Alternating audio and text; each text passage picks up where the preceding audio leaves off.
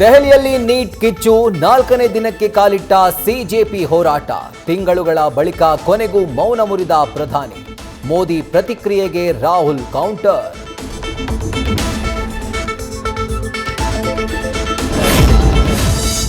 Congress BJP ಮಧ್ಯೆ ಮೊಟ್ಟೆ ಮಹಾಕದನ.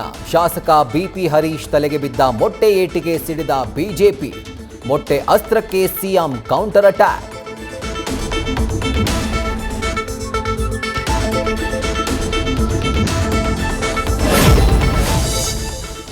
ಸಂಪುಟ ಸರ್ಕಸ್ ಮಧ್ಯೆ ಹೆಚ್ಚುವರಿ ಡಿಸಿಎಂ ಪ್ರಹಸನ.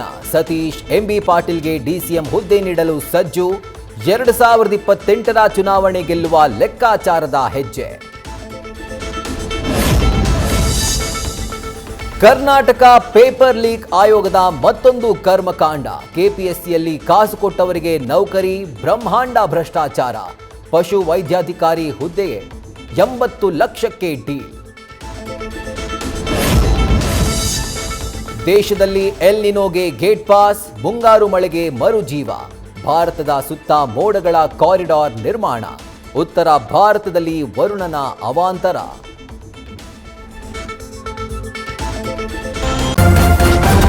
ನ್ಯೂಸ್ ಫಸ್ಟ್, ನಿರ್ಭೀತಿಯಿಂದ ನಿಮ್ಮ ಪರವಾಗಿ.